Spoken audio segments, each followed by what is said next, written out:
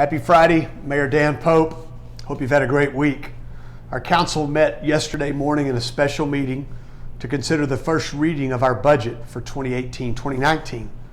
I'm proud to say that the budget passed 7-0.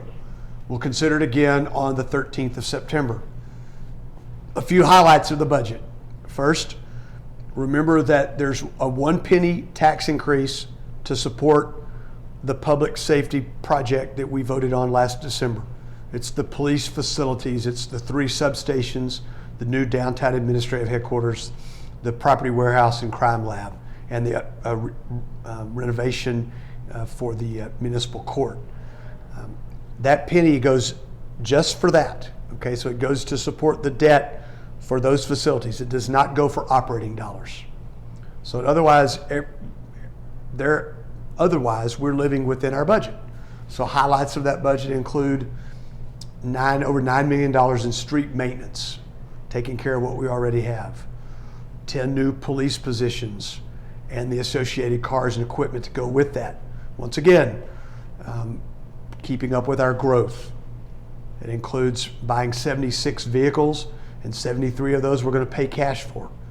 You've heard me talk about some of these highlights before, but I think it's important. So what does that penny mean on the tax roll? So to the average home, which is a appraisal, the average home in Lubbock, the appraisal would be $147,200. That's a little less than $15 a year, okay? A nickel a day. We also approved in that budget a 50-cent a month increase in the wastewater base fee and a 75-cent a month increase in the solid waste base fee. Solid waste is trash. It's been since 1999 that we've expanded the routes that we cover. In fact, we're going to add vehicles and be able to do that with cash, by the way, and better serve our community. We've grown a lot since 1999. I think as I summarize or as I finish talking about the budget, the discipline that we've had for the last 3 budgets is starting to show. We're starting to see the debt go down. We're starting to see our operating units not relying on debt and being able to cash fund things. If we can maintain this for several more years, we'll be in a much different financial position than we were previously. I appreciate your support along those lines. If you have questions, let me know. 3 more things pretty quickly.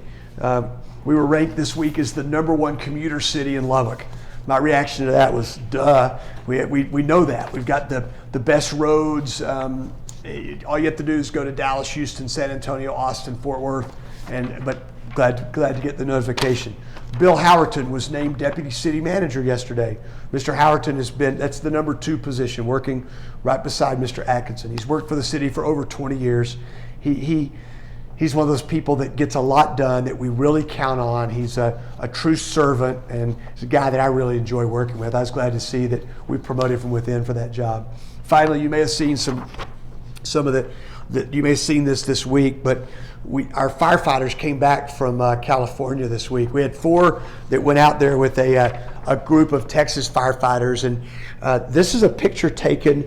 This is a family back here that they turned at their house on the road to go back to where they were fighting the fire every day, and the family realized they're from Texas, so they hung this flag for them. The boys got a sign back there. You can't see it, but they stopped one day and took this picture. And those fires are under control. Our guys are back. I'm thankful for their willingness to go. Somebody was giving me a hard time about Texans going to California to fight a fire. They're Americans just like we are. And frankly, the Californians, when it comes to fighting fires, they're good at it. We've relied on them in the past. In fact, those of us that lived through the fires in 2011 and 12 remember there were a lot of California fire crews here helping us. So anyway, I'll end with that this week. I hope you have a great Labor Day weekend. I hope it's relaxing and safe. I hope we take down Ole Miss on Saturday. I plan on that being the case.